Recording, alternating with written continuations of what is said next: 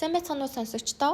Таны санхүүгийн мэдлэгт подкастта тавтай морил. Тэгэхээр энэ удаагийнхаа дугаараар ирэх 2025 он гарах байгаатай холбоотой 2024 оныг бид нэр үдж байгаа хамгийн сүүлийн 7 хоногт энэхүү подкаста хийж байгаа учраас 2024 оныг ерөнхийдөө дүгнээд ямар гол макро эдийн засгийн статистикууд дээр өөрчлөлт гарав, онцлог мэдээллүүд юу байв, ерөнхийдөө дүгнвэл бид нэр 2024 онд эдийн засгийн хувьд ямар өөрчлөлтүүдтэй нүүр тулсан бэ, ямар бэрхшээлүүд бий болов, тэрийг ямар арга замаар шийдэв гэх мэтчлэн зүйлсийг хэдүүлээ. Эдийн засгийн хувьд нь ерөнхийдөө таймлан харж үзье.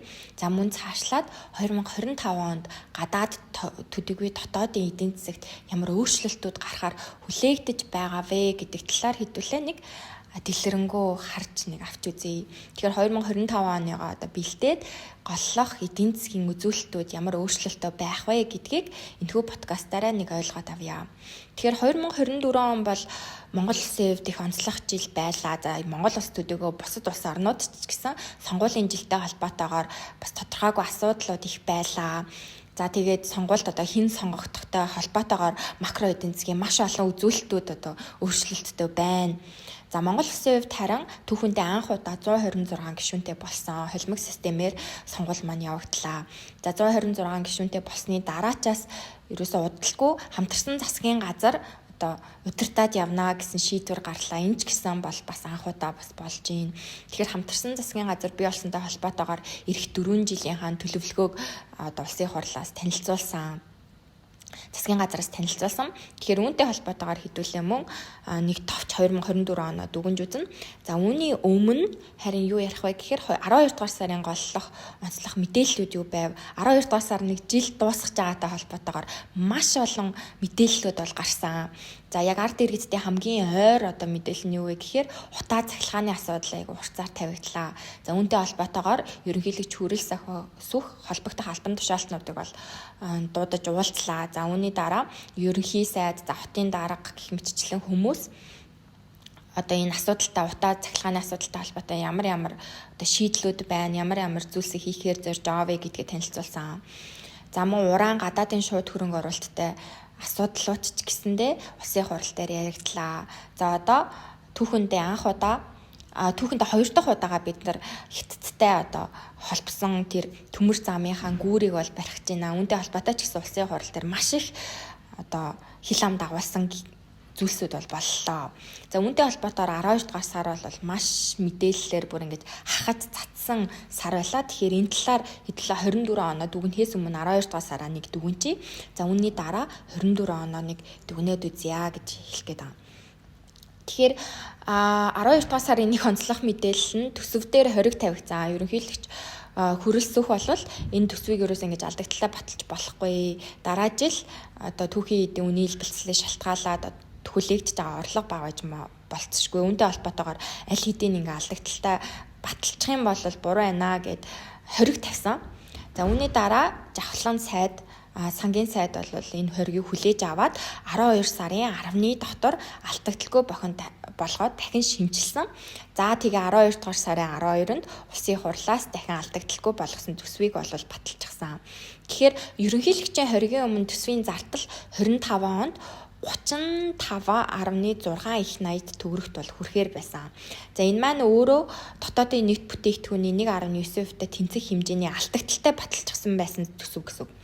За ингээд хоригийн дараа төсвийн зардал 33.5 их 80 болж яг төсвийн зардал орлогын зөрүү бол 0 буюу ямар ч алдагдaltaгүй байхаар бол батлагдсан байгаа. За үүний дараа тэгвэл ямар орлого зардлын ялгаа байваа, юун дээр илүү их таналт хийсэн бэ гэдэг дээр орлого дээр бол ердөөсө 395 тэрбум төгрөгийн бол таналт хийсэн. Гэхдээ зардал дээр 2.3 их 80 төгрөгийн бол таналт хийсэн. За үүний дийлийнх нь хөрөнгө оруулалтын зардлын таналтаас бол бүрдчихсэн. За хөрөнгө оруулалт дундаа тоног төхөөрөмж, барилга байгууламжийн тэр төсвийн зардал бол хамгийн ихээр буурсан байсан. За харин урсгал зардлаас бол урсгал шилжүүлэг, за мөн бусад үйлчилгээний зардал гэх мэтчлэн зүйлсийг цалингаас бусад төрийн өмчт компани албан агчдын цалингаас бусад яг бараа үйлчилгээний зардлын таналт бол дийлэнхийг бүрдүүлсэн байлаа. За тэгээ сангийн сайд буюу за сангийн амнаас ер нь зарласан нэг зүйл нь юу байсан бэ гэхээр ингээд хөрөнгө оруулалтын зардлыг тансантай холбоотойгоор эх 4 жилд одоо дэвшүүлсэн зорилт буюу дотоодын нийт бүтээтүүнийг 10,000 ам долларт хүргэх, хэрэглээний хүний хөгжлийн индексийг 10 байраар ахиулах, ядуурлан төвшин 2 дахин бууруулах зэрэг хөгжлийн зорилтуудад бол хүрэх боломжийг хойшлуулж магадгүй маа гэж зарласан. За тэгээд төсвийн таналт бол хамгийн ихээр хөрөнгийн зардлаас бол хийгдлээ гэдэг нь харагдаад байна. Тэгэхээр хөрөнгийн зардлаас хийгднэ гэдэг нь одоо ард иргэдийн хүсэжсэн хүлээлтээс зөрсөн байна. Яа тэгэхээр нэг урсгалж шилжүүлэхээс одоо бага байх нь өөрөө илүү дээр байна. Энэ халамжийн шинж чанартай зардлуудаа багасгах тэгжиж энэ төсвийн тэнцлээ одоо алдагдaltaгүй баталмаар байна гэжсэн бол яг үнэн хэрэгтээ батлагдахтаа хөрөнгийн зардлаас илүү одоо багасаад батлагдсан бас эх жил нэг одоо сөрөг мэдээл болчихвоо гэж харагдаад байна. Хэдснээ одоо төсвийн тэнцэл алдагдaltaгүй батлагдсан сайн эрэгч гэсэндээ энэ нь өөрөө зөвхөн дийлэнх хэсэг нь хөрөнгийн зардлаас хасагдсан гэдэг нь бол буруу байлаа. За мөн 1072 хувьцааны ногдол ашиг болох мөнгийг 350,000 орчим төгрөгийг бол тараасан. Тэгэхээр эхний ээлжинд бол 135,000-ыг 12 дугаар сард тараачлаа. За тэгээд ирэх саруудад буюу 25 он гарсны дараа 1-2 сараас үлдсэн мөнгийн Эрдэнэс 5-7 ногдол ашигтай холбоотойгоор тараана гэж байна. Тэгэхээр яагаад 135,000 төгрөгийг яг тусгаалan сонгож авсан бэ гэхээр яг ерөнхий сайдын хэлснээр бол хуримтлалын санд одоо хуримтлуулж байгаа мөнгөтэй ижил хэмжээгээр ингэж тараалаа шүү гэж яригдж байгаа. Тэгэхээр хуримтлалын сан гэхээр манай сонсогчид ямар одоо сан байна вэ гэдгийг илүү сонирхож магадгүй. Тэгэхээр 4-р сараас 24 оны 4-р сараас ахуулаад үндэсний баялагын сан яг хууль үйлчлээд бол явж байгаа. Үндэсний баялагын сан маань өөрөө 3 сангаас бүрддэг. За эхнийх нь хуримтлалын сан. За хуримтлалын сан нь ямар зорилготой вэ гэхээр баялагын өрөөгөөжийг хуримтлуулад за тэгээ хуримтлагдсан хөрөнгийг олон улсын санхүүгийн зах зээлийн хэрэгсэлд одоо хөрөнгө оруулах замаар үн цэнийг нь арвижуулад явна гэсэн зорилттой сан. За харин ирээдүйн өв сарн болохоор хуримтлалын санд хуримтлуулсан орлогоор Монгол улсын иргэдэд эрүүл мэнд, боловсрол, орон сууц худалдаа авах зэрэг зорилтоор дэмжлэг үзүүлэх одоо ийм зорилттой ирээдүйн өв сан гэдэг сан байна. За харин хөгжлийн сан нь Монгол Улсын томоохон төсөл хөтөлбөрийг санхүүжүүлнэ гэж гараад ирсэн. Тэгэхээр хуримтлалын санд энэ баялагын өрөөгөж амнаатаас орсон орлого хуримтлалын санд одоо ингэж хуримтлуулад за тэр мөнгөийг нийт хүн амдаа хувааж байгаа нийт одоо Монгол Улсын хүн амдаа хувааж байгаа тэр хэмжээгээр эхлээд энэ Эрдэнэс 5-7 ногдол ашигыг тараая гэсэн нэг тийм одоо логиктойгоор анх бол тараагдсан байгаа. За 1072 хувьцааны ногдол ашиг тараагдсанаар инфляц хөөрөгдөхгүй байгаа юм шүү. Одоо инфляц ер нь хөөрөгдөд явж байна. Энэ дахиад инфляцийг хөөрөгдүүлэх нэ ард иргэдийн амьдралд айгу буруу зүйл боллоо. Хичнээн одоо нэг 135,000 төгрөг зарим айлт бол маш их хэрэгцээтэй мөнгө гэж болно. Гэхдээ дийлэнхийнх нь хувьд бол шал дэмий инфляц хөөрөгдүүлсэн асуудал боллоо шүү гэж яригдаад байгаа. Тэгэхээр инфляцтай холбоотой статистик ямар байна вэ гэхээр 11-р сарын байдлаар инфляцийн түвшин 8.1% гарсан. Энэ маань өөрөө Монгол банкны зорилтод 6 нэмэх хасах 2 түвшнөөс 12 сарын дараа ингээд 8-аас дээш буюу 8.1% гарсан үйл явдал боллоо. За үүнтэй холбоотойгоор бодлогын хүү 2024 он гарснаас хойш инфляц харьцангуй зорилттой түвшинд хадгалагдчихсэн учраас 3 удаа буурсан. За 13% дээр бол тасралтгүй 23 онд баригдчихсэн бодлогын хүү 3 удаа буураад 9-р сарын байдлаа нэг 10% таа байсан. За ингээд 12 дугаар сарын мөнгөний бодлогын хороогоор энэ бодлогын хүүг хിവэрүүлдэг яа гэсэн шийдвэр гарсан. За үүний гол шалтгаан мөн инфляц хүлээгдчихснээс өндөр өсөлттэй байна. За цахилгаан дулааны үн бол нэмэгдчихсэн. Үүнтэй холбоотойгоор инфляц бол бас энэ суур инфляц, суур бараа бүтээгдэхүүний үн нэмэгдэх нь өөрөө суур инфляцийг нэмэгдүүлнэ гэсэн тийм хүлээлттээр үндэслээд инфляц хөөрөгдөх эрсдлийг бууруулахын тулд бодлогын хүүг 10% нь хിവэрүүлдээсэн.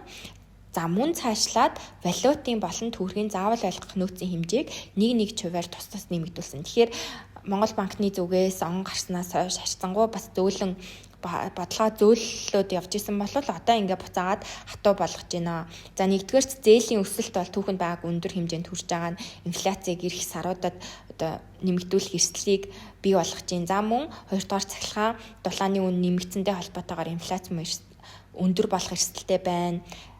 За хамгийн сүүлийн гол мэдээж шалтгаан нь бол төсвийн зардал бол маш өндөр өсөлттэй байна. Үүнтэй холбоотойгоор инфляц мөн хөөрөгдөх эрсдэлтэй байна. Энийг барихын тулд Монгол банкнаас ерөөсөө бодлогын хатуу арга хэмжээ буцаад аваад эхэллээ шүү гэдгийг нь харагдаад байгаа. За инфляц өсөж гин гэдгэд нэг гол макро эдийн засгийн үзүүлэлт байгаа бол цаашлаад экспорт, импорт гэдэг маань өөрөө бас нэг толгойн өвчин болох асуудал боллоо. Яагаад вэ гэхээр 11 дугаар сарын байдлаар импортын өсөлт бүр 26% өндөр өсөлттэй байна. За жилийн өмнө энэ тоо ерөөсөө 6.4% байсан. За харин экспортын хувьд өсөлт нь 5.7% та буюу жилийн өмнөх 24%-аас шууд ингээ буурсан байна. Тэгэхээр жилийн өмнөх буюу 23 оны 11-р сартай харьцуулахад одоо жилийн дараа 24 онд юу ажиглагдаад байна вэ гэхээр ерөөсөө байраас солилцсон байна экспорт импортын өсөлтийн хувь. За энэ байраас солиход гол одоо нөлөөлсөн хүчин зүйл нь юу аваа гэхээр нүүрсний үн бол буураад байгаа нь бас экспортын өсөлт өндөр байж чадах байгаа нэг гол хүчин зүйл болж байна. За нүүрсний бийт хэмжээ 11-р сарын байдлаар 74 сая тонн төрсөн. За ерөөсөө жилийн өмнө энэ тоо ердөөсөө 60 сая тонн байсан. Тэгэхээр нүүрсний бийт хэмжээ бүр 14 сая тонноор жилийн өмнөхөөс өндөр байна. Гэхдээ нүүрсний хилийн үн жилийн өмнөхөөсөө 20 тонн тутамдаа жилийн өмнө $115 байсан бол 11-р сарын байдлаар $92 болсноор $23 энэ нүүрсний тонн тутмын үн бол хилийн үн буурсан байгаа. Тэгэхээр нэг талаасаа нүүрсний үн буураад байгаа нь нүүрсний бийт хэмжээ өсөж байгаа ч гэсэндээ нийт нүүрсний экспортын орлого бага байгаад нөлөөлж байна. Нүүрсний хилийн үн маань өөрөө ийм өндөр бууралтай байгаа нь нүүрсний бийт хэмжээ өндөр байгаа хэдий ч нийт одоо орлогыг бууруулах гэж бол ярих нь зохисгүй. Нийт нүүрсний экспортын орлогыг өндөр байж чадахгүй одоо нүүрсний бийт хэмжээ өсөж байгаа хэмжээгээр өндөр байж чадахгүй байгаа чууд нөлөөлөл үзүүлж байна. За харин импортын өсөлтийн хувьд хөрөнгө оруулалтын импортын өсөлт нийт 26-гийн 13%-ийг. За тэгэхээр хөрөнгө оруулалтын импорт гэдэгт одоо манай сонсогчид гайхчиж магадгүй юу ингээд ийм өндрөөр өсөж вэ? Тэгэхээр энэ ерөөсөө л одоо гадаадаас импортлдог маань автомашин, за мөн барилгын материалын импортыг дийлэнхүүд нь тооцож үздэг.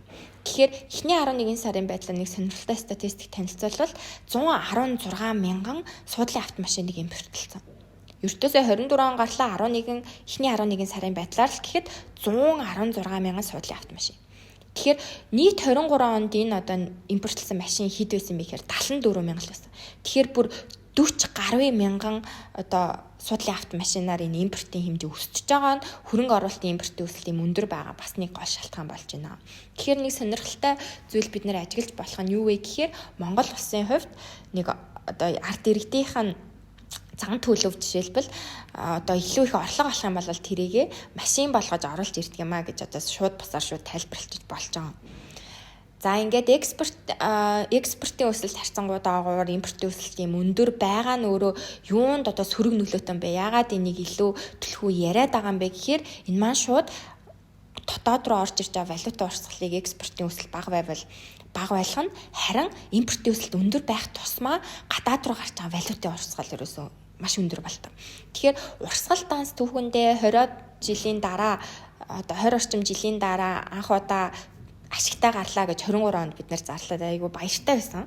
За харин 24 он болсноороо 10 дугаар сарын байдлаар урсгалтаас энэ импортын өсөлт өндөр байгаа. За экспортын өсөлт өмнө жилдээ адилхан өндөр байж чадахгүй байгаа зэрэг хүчин зүйлсээс болоод 1.5 тэрбум $ын алдагдaltaй байна.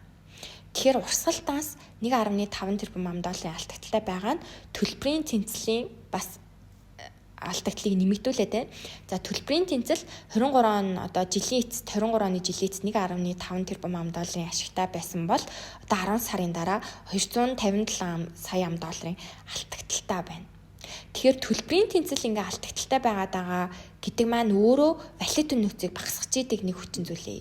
За валютын нөөц маань яг 24 оны дунд үед нэг 5.2 тэрбум $, хавцаа байсан бол одоо 11-р сарын байдлаар 4.9 тэрбум $, төрсэн. Тэгэхээр валютын нөөцнийг бараг л шууд бусаар хэлэхэд бол төлбөрийн тэнцлийн алдагдлаар шууд багасж идэг үзүүлэлт гэдгийг бид нэр эндээс ажиглаж болох нь. Тэгэхээр валютын нөөц багаснараа өөрөө одоо арт иргэдэд шууд юунд нөлөөлөл үзүүлээд байд юм бэ гэхээр ханшийг хэлбэлцүүлцдэг.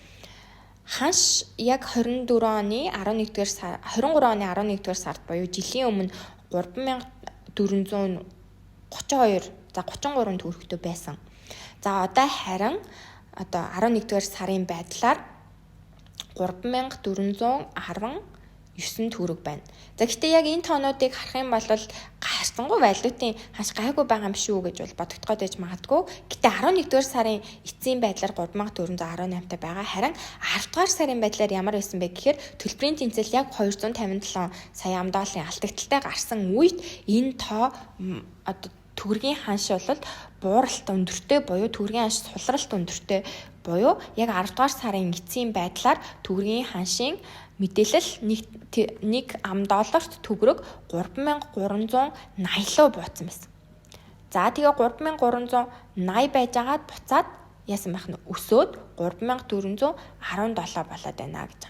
Тэгэхээр ингээд нэг сарын дараа нөлөөлөл нь илүү өндөр буюу 3380 байсан ханш одоо 3417 болчиход байна. Тэгэхээр ингээд төгрөгийн ханш буураад байгааг бид нар харж байна. За 3380 дээрээ 24 гарснаас хойш бараг 10 сарын хугацаанд хадгалагдсан. За харин 11-р сарын байлаа 10-р сарын төлбөрийн тэнцлийн алдагдлын нөлөө орж ирээд 3418 болчиход байна гэж байна. Тэгэхээр цаашид хэрвээ импортын өсөлт өндөр байгаад төлбөрийн тэнцэл алдагдaltaй хэвээр валютын нөөц багасаалах юм бол ханш буцаад маш их өндөр хэлбэлцтэй буюу төгрөгийн ханш сулрах эрсдлүүд байгаад байна гэж харагдана. Гэхдээ нэг мэдээлэл нь юу вэ гэхээр Монгол банкны ерөнхийлөгчийн зарласнаар бол төлбөрийн тэнцэл 12 дугаар сарын эцсийн байдлаар ашигтай гарна гэж байна. Яагаад ашигтай гарч байгаа вэ гэхээр томоохон бондууд бид нар 12 дугаар сард бол гаргацсан. За Голомт банк жишээлбэл 100 сая $, бондыг нэмэлтээр гаргасан. За худалдаа хөгжил 200 сая. За тэгээ хотын бонд 500 сая. За ирэх сараас юу хүлээгдэж байгаа гэхээр IFC-гээс 650 сая $, гээд томоохон бондууд гаргаснараа валютын нөөцийг бол нэмэгдүүлэн дотоод орж ирэх валютын урсгалыг нэмэгдүүлэн тэгснээр төлбөрийн тэнцэл бас цаашаад хэдэн сарын хугацаанд харьцангуй ашигтай гарах болов гэсэн хүлээлттэй байгаа юм аа. Гэхдээ энэ яг богино хугацааны ашиг шүү гэдгийг маш сайн ойлгох хэрэгтэй. Энэ бондууд жишээлбэл нэг удаа л ороод ирнэ. Буцаад бид нар импортын өсөлт өндөр байгаад байх юм бол 700-800 сая $-аар ингээл сар болгон гаргаад байна гэсэн үг. Тэгэхээр энэ маань ч гэсэндээ нэг муу мэдээ болж байна.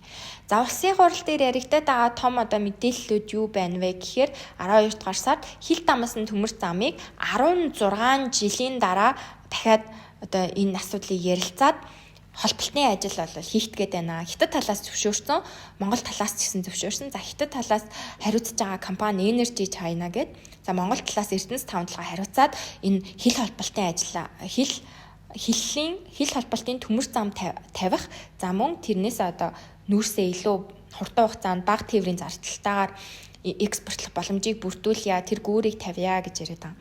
Тэгэхээр төмөр замын энэ хуулийн төсөл батлагдсанаар юу болох вэ гэхээр төсөв бол 23-4 онд хийгдэж чинь. За тэгээд 24 оноос гэрээний төслийг бол тохирчж байгаа гэсэн үг одоо. За тэгээ 25 оноос ахуулаад 27 он хүртэл барилга ухсралтын ажил нь хийгдэнэ.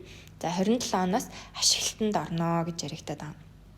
Тэгэхээр энэ хил дамсан төмөр замын ажил хийгдснээр энэ гүүр баригдсанараа юу болох вэ гэхээр 2030 оноос ахуулаад жил бүр 20 сая тонноор нийт нүүрсний экспорт нэмэгдэн шүү гэдэг нэг тийм сайн мэдээ байгаад байна.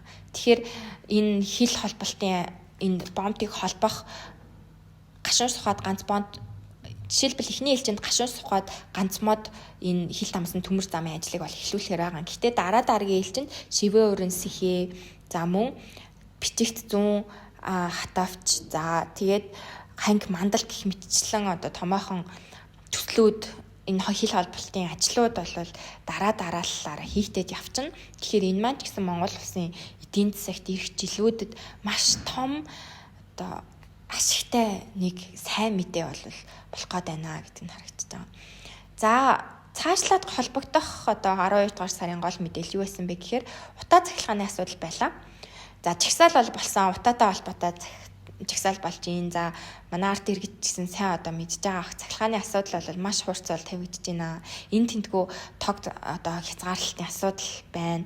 За мөн ханиад том уу гээд 12 дугаар сарын асуудлууд бол бас нэг дуусшгүй хүчин зүйл байлаа.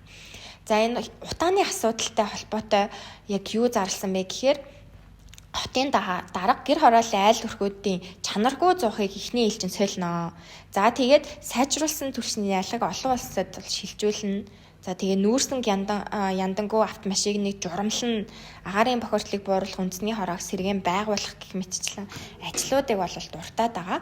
Гэхдээ одоо энэ бас нэг хүмүүсийн гайхаж байгаа асуудал энэ утаа болох юм уу, энэ чанаргүй зуухыг солиод утаа болчих юм уу гэдэг дээр ямар одоо хариулт өгсөн бэ гэхээр за энэ зуух солих асуудал бол утааг бууруулах гэдэг байгаа биш ээ. Гэхдээ хүмүүс одоо ингэж угаартаж нас бараад байгаа учраас энэ асуудалтай холбоотой нийт одоо гэр хорооллын олон айлд бол судалгаа хийлээ. Гэхдээ гэрт амьдарч байгаа аль өрхүүдийн дийлийнх нь энэ чанаргүй зуухтай байгаад байна. Энэтэй холбоотой энэ угаарын асуудал бий болоод байна гэдэг нэг тайлбар тавьсан баа. Тэгэхээр гэр хорооллын 32 мянган айлд 28 тэрбум төгрөгийн тендер зарлаж зуух тарахаар болж байгаа юм байна. За энэ зуух нь яг үнэгүй юу гэхээр үгүй, ногоон зээлийн зориулалтаар энэ зуухыг бол тараана гэж байна. Нийт гэр хороололт тэгвэл хэдэн айл амьдардаг юм бэ гэдгийг хэдүүлээ. 32 мянган айлд бол ингээд зуух тараачих нь. Тэгэхээр бас үлдэхэд байна. Тэгэхээр гэр хорооллын нийт хэдэн айл байдаг вэ гэхээр Монгол гэрт 95 мянган айл. За тэгээд байшинд бол яг гэр хорооллын байшинд амьдардаг 100 мянган айл. Тэгэхээр нийлүүлээ бодоод үзэхээр 195. За бараг 200 мянган үрхэл энэ гэр хороол амьдарч байна. За тэдгээрийн 32 мянган асуудлыг эхний ээлжинд бол шийднэ гэсэн нэг тийм за бараг л нэг за нэг 7 за 6%-ийн асуудлыг бол шийднэ гэж зарласан байгаа юм байна. Тэгэхээр энэ бас нэг утааны асуудлыг шийдэхтэй холбоотой одоо төр баригч улсын хурлаас нэг зарлж байгаа үйл ажиллагааны амлалтууд нь бол юм байгаад байна. За цахилгааны асуудал руу хэдүүлээ шилжиж. Тэгэхээр одоо сүүлийн үед улсын хурал дээр бас нэг яригдж байгаа хамгийн том асуудал юу байгаа вэ гэхээр дулааны цахилгаан станц дээр хотынх дээр дан ялангуяа дулааны цахилгаан станцын 3 дахь дулааны цахилгаан станц дээр 300 мегаваттын цахилгааны юм нөгөө өргөлт хийх гэдэг юм билүү. Өргөжүүлэхэд нэг тийм үйл ажиллагаа бий болох гэдэг гэсэн үг. Тэгээд 395 мегаваттын дулаан 300 мегаваттын цахилгааны станцуудыг өргөжүүлэх гээд байна. За энэ тэгвэл одоо санхүүжилт нь хаанаас гарах юм гэхээр Оросын холбооны улстай хамтраад 1.5 тэрбум еврогийн зээл авч агаад одоо энэ асуудлыг хийя. Тэгжиж бид нарын цахилгааны хязгаарлалтын асуудлууд гайгүй болох нэ гэж яригдж байгаа. За энэ бол улсын хурал дээр маш хурцаар тавигдчихж байгаа. Яагаад вэ гэхээр хэрвээ еврогийн зээл авчих юм бол дараа нь төлөх асуудал ч гэсэндээ дараагийн одоо хүмүүсийн бол нуруунд дээр унтгаад байна. За тэгээ яагаад заавал Орос гээд байгаа юм бэ? Яагаад энийг чөлөөд эдийн засгийн одоо үйл ажиллагаар нь явуулж болохгүй байгаа юм бэ гэдэг асуудал улсын хурал дээр маш хурцаар тавигдж байна. За юу ч гэсэн Улаанбаатарын дулаан хангамжийн асуудлыг, цахилгааны асуудлыг шийдэхийн тулд ийм одоо дулааны 3 дахь цахилгаан станц дээр өргөлт хийгдэх тийм зүйл яригдж байгаа юм байна. За энэ цаашид одоо хуулиар батлуулах уугүй юу гэдэг нь бол 1 сарын дотор бол тодорхой болчихно. За мөн одоо хамтарсан засгийн газраас яригдж байгаа нэг асуудал нь 35 их үүсвэрийн төслийг бол хэрэгжүүлээд эхэлнэ. За тухайлбал бөөрөлжүүд байна, Сүхбаатар байна, Баян байна, Хөвсгөл мөрөн, Тосон цэнгэл гээд дандаа цахилгаан станцуудыг барина гэсэн томоохон ажлууд байгаа. За 35 их үүсвэрийн төсөл бол яригдж байгаа юм байна. За эхнээсээ үйл ажиллагаагаа бол хийгдээд эхэлсэн байгаа. Тэгэхээр энэ ч гэсэндээ цаашдаа цахилгааны асуудал дээр бас нэг шийдэл болж өгөх болов уу гэдэг нь харагдаж байгаа. За мөн улсын хурал дээр яригдсан 12 сарын сүүлийн 7 хоногт яригдсан асуудал юу байваа гэхээр урааны төсөл гадаадын шууд хөрөнгө оруулалтын асуудал байлаа. За урааны төсөл бол дэмжигдсэн. За мөн энэ нөгөө төмөр зам бол дэмжигдсэн. За гадаадын шууд хөрөнгө оруулалтын хууль бас бол шинээр орж ирлээ. За урааны төсөл батлагдсанараа одоо ямар зүйл болох вэ гэхээр одоо Францтай хамтарч хийж байгаа. За тэгээ газар эзэмшгийн 34% 10% нь алт хэлбэрээр хувьцаа болж хадгалагдана. За харин 24% нь хуримтлалын санд одоо миний өмнө нь дурдсан хуримтлалын сан гэдэг зүйлд иргэдийн хадгаламж хэлбэрээр очих юм байна. За тэгээ амнаатын орлого бол ийшээ орох байдлаар ерөөсөө энэ тооц гаргачлууд нь явж байгаа гэсэн үг. Тэгэхээр одоо яг оюутлогоотой адилхан 34% нь Монголын эзэмшил, за тэгээ үлдсэн хувь нь бол Францын эзэмшил хэлбэрээр энэ төсөл бол орж ирж байна. За хөрөнгө оруулалтын хууль дээр ямар өөрчлөлт орвоо гэхээр хөрөнгө оруулалтын хуулийг шинжилээд гадаадын хөрөнгө оруулалтын тухай болгосон. За тэгээд одоо олонний хил амуул дагуулад ирсэн зүйл нь газар ашиглах эрх олгохтой ямар өөрчлөлт болоо гэхээр энэ заалтуудыг бүгдийг аваа хийсэн. За тэгээд салбарын хуулиудаар зохицуулагдана гэд тусгацсан байна. За тэгээ мөн үнийн дүнгийн босго бол заагаагүй. Өмнө нь $100,000 гэж бол заагаад байсан. Одоо харин үнийн дүнгийн босго заахгүй. Тэгэхээр бас гадаадын одоо шууд хөрөнгө оруулалт нэмэгдэх боломж бүрдээд байна уу гэж бол шинжээч харж байгаа. За Монголд ер нь гадаадын шүүд хөрөнгө оруулалт бага байгаа. За тэгээд нийт орж ирж байгаа 90 оноос жишээлбэл орж ирсэн нийт хөрөнгө оруулалтын 70% нь зөвхөн уул уурхайн салбар руу чиглэсэн байгаа. Гол шалтгаан юу юм бэ гэхээр Монголд одоо 3 хөрөнгө оруулагч тутмын нэг нь гэрээ зөрчигдснөөс болж хөрөнгө оруулалтын шийдвэрээсээ буцдаг гэсэн Дэлхийн банкны судалгаа байдаг. Тэгэхээр энэ дотоод институт тодорхойгүй байдал нь ингээд гадаадын шууд хөрөнгө оруулалтыг хязгаарлаад байдаг нэг хүчин зүйл болж байна.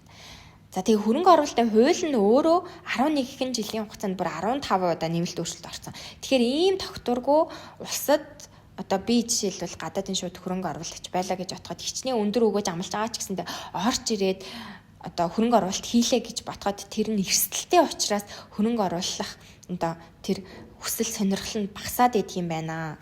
Багасна шүү гэдэг ерөнхийдөө нэг гол ойлголт бол байна. Тэгэхээр гадаадын шууд хөрөнгө оруулалтын хууль маань батлагдсаа.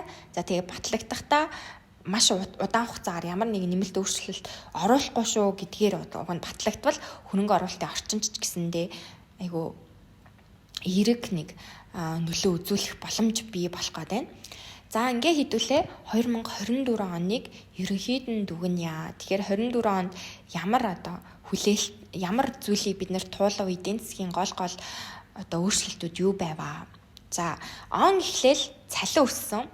За тэгээд төрийн албаагчдын цалин бол өссөн. За үнэтэй холбоотойгоор мөн хувийн аж ахуй нэгж байгууллагуудын цалин бол өссөн. Энэ маань өрхийн орлогыг бол нэмэгдүүлсэн. Өрхийн орлого нэмэгдснээрээ дотоод хэрэглээ бол өсөлттэй байсан. За энэ маань өөрөө эдийн засгийн богино хугацааны өсөлтийг бий болгоод 3 дугаар улирлын байтгалаар эдийн засгийн өсөлт 5% гарсан байна. За дотоод хэрэглээний өсөлт нь гэхдээ эдийн засгийн өсөлтийг бий болгосон ч гэсэндээ нөгөөх нь дээрээ яг нөгөө жингийн нөгөө тал шиг өндөр инфляцийг бид нарт авчирчлаа. 11 дугаар сарын байдлаар инфляц 8.1% хүрчлээ. Энэ нь цаашаа өсөх хүлээлттэй байна. За мөн импортын өсөлтийг бий болгочлоо гэж байгаа. Өмнө дурдсанчлаа 26% өсөлттэй байна 11 дугаар сарын байдлаар. За тэгээд гадаад хүчин зүйл гадаад зах зээл дээр юу болоо гэхээр түүхийн эдийн үнийн бууралт бол бий болсон. Яалтчгүй Орос Украины дайны дараа хит хөөрөгдөлтөй байсан түүхийн эдийн үн одоо ингээд айжмаар буураад шокийн нөлөө багасаад түүхийн эдийн үнийн бууралт бол бий боллоо. Энэ маань өөрөө экспортын сааралт буюу экспортын өсөлтийг өмнө оны мөнхтэй харьцуулахад бага байлгаад байлаа. За экспортын өсөлт нэг талаасаа одоо саарсан, нөгөө талаас импортын өсөлт маш өндөр байгаа нь маань өөрөө төлбөрийн тэнцлийн алдагдлыг 2024 онд бий болгосон. За энэ нь нийт одоо валютын нөөцийн хэмжээний бууралтыг бий болоод төгрөгийн аншийг сулрахад нөлөөллөө шүү. 2024 оныг дүгнэхэд бол ийм одоо ялгаатай ийм хүчин зүйлсүүд бол гарлаа. За тэгвэл 2025 онд бид нарыг юу хүлээж гинвэ гэдгээр энэхүү одоо подкастаа хэдүүлээ дуусгая. За 2025 онд Трамп гарсантай холбоотойгоор одоо геополитикийн тодорхойгүй асуудал бүр илүү нэмэгдэж байна. За Трамп юу зарласан бэ гэхээр одоо энэ Орос Украины дайн болоод байгаа.